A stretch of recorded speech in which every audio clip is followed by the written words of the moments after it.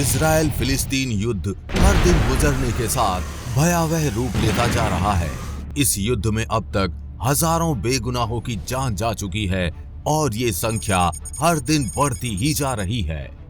Israel पर 7 अक्टूबर को Gaza पट्टी से हजारों रॉकेट दागे गए और इसी के साथ ही दोनों देशों में युद्ध की शुरुआत हो गई, क्योंकि इजराइल के प्रधानमंत्री बेंजामिन नेतान्याहू ने जनता को ये स्पष्ट कर दिया कि हम युद्ध में हैं। लेकिन सवाल वही है कि आखिर इन दोनों देश के बीच पूरा विवाद क्या है और क्यों बार बार दोनों देश एक दूसरे के खिलाफ युद्ध लड़ते रहते हैं। इजराइल फिलिस्तीन विवाद के बारे में सब कुछ समझाएंगे बिल्कुल आसान भाषा में, इसलिए वीडियो को अंत तक जरूर देखते रहें।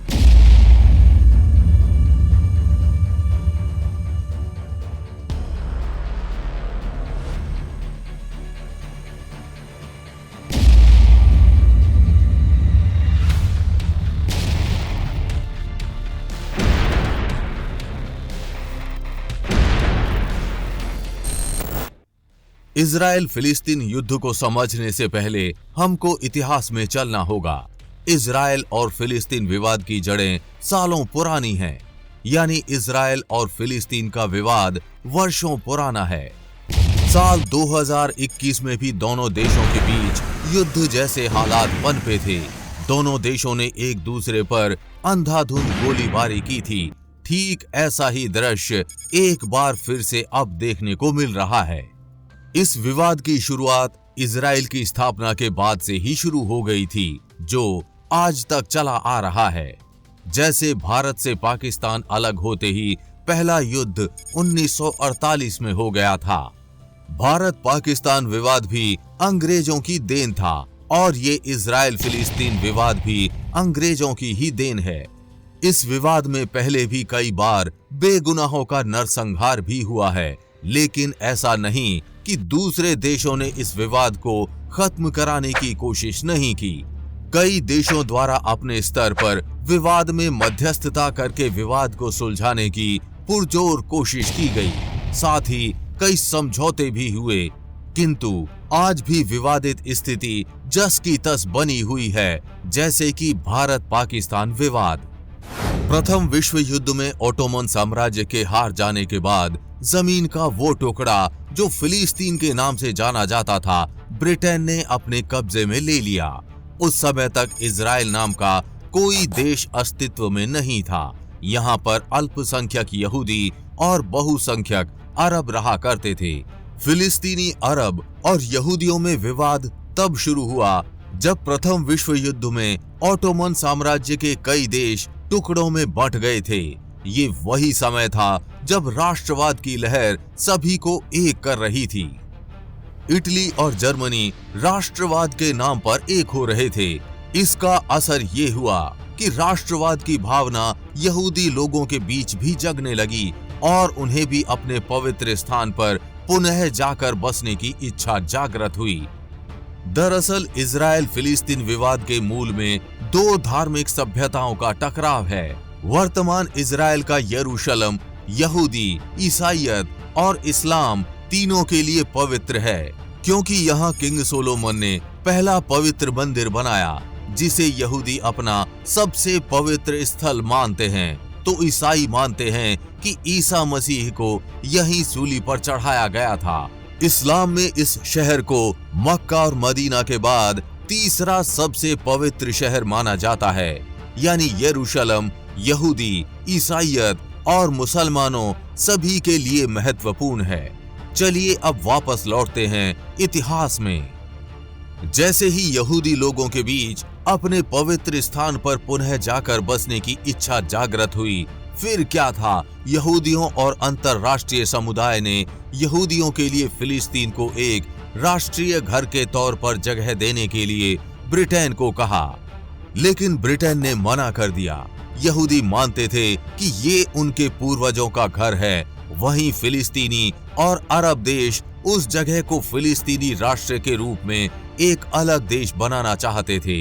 इसी का परिणाम था कि ब्रिटेन के द्वारा नए देश इजराइल बनाने का उन्होंने पुरजोर विरोध किया। जैसे भारत को आजाद करते वक्त अंग्रेजों ने भारत को दो टुकड़ों में तोड़कर भारत और पाकिस्तान नाम के दो देश बनाए, जिनके बीच कश्मीर आज तक विवाद का विषय बना हुआ है, ठीक उसी तरह फिलिस्तीन को आजाद करते वक्त उसके दो टुकड़े कर दिए गए, जिसमें पहले टुकड़े पर अरब लोगों को अधिकार दिया गया और दूसरे टुकड़े पर यहूदियों को। और यहीं से बने दो देश में से अरब लोगों के अधिकार वाला देश फिलिस्तीन कहलाया और यहूदियों वाला देश इजराइल कहलाया। और यहीं से इजराइल फिलिस्तीन विवाद की शुरुआत हुई, जो आज तक जारी है।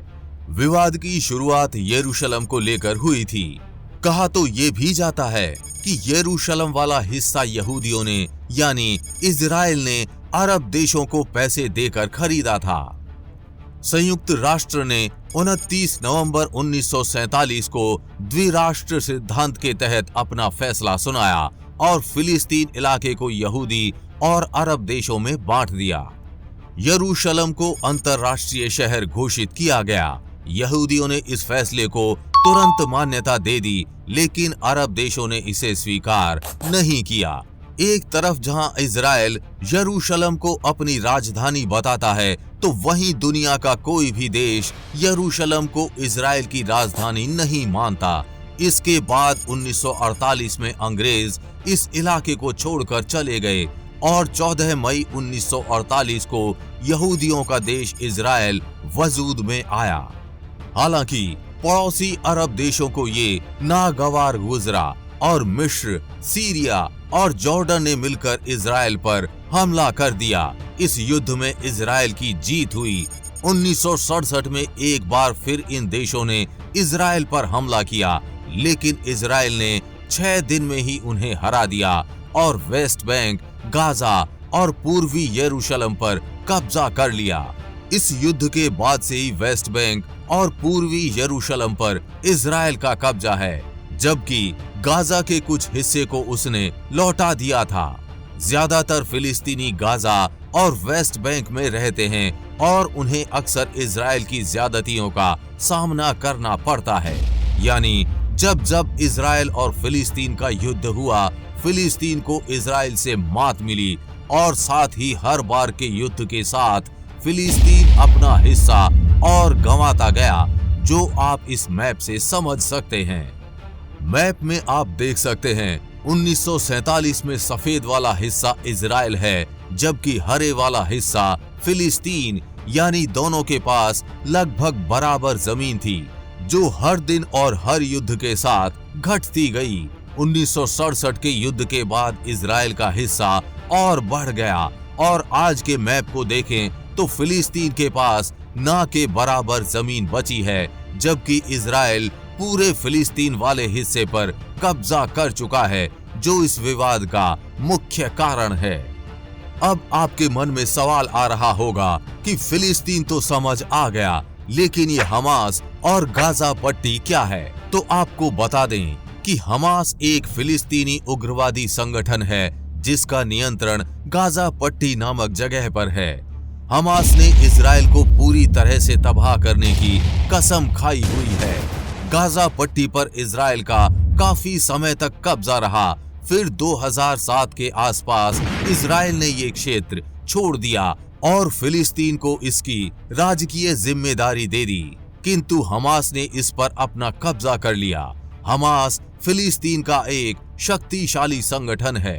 तब से लेकर आज तक हमास और इजराइल में कई बार संघर्ष हुआ है। इसकी कट्टरता और कट्टरपंथ के चलते यूरोपीय संघ, अमेरिका और इजराइल सहित कई 32 देशों ने हमास को आतंकी संगठन घोषित किया है और इस बार भी हमास के गाजा पट्टी से हमास ने इजराइल के ऊपर कुल 5000 रॉकेटों से हमला किया, जिसके बाद ये युद्ध शुरू हुआ।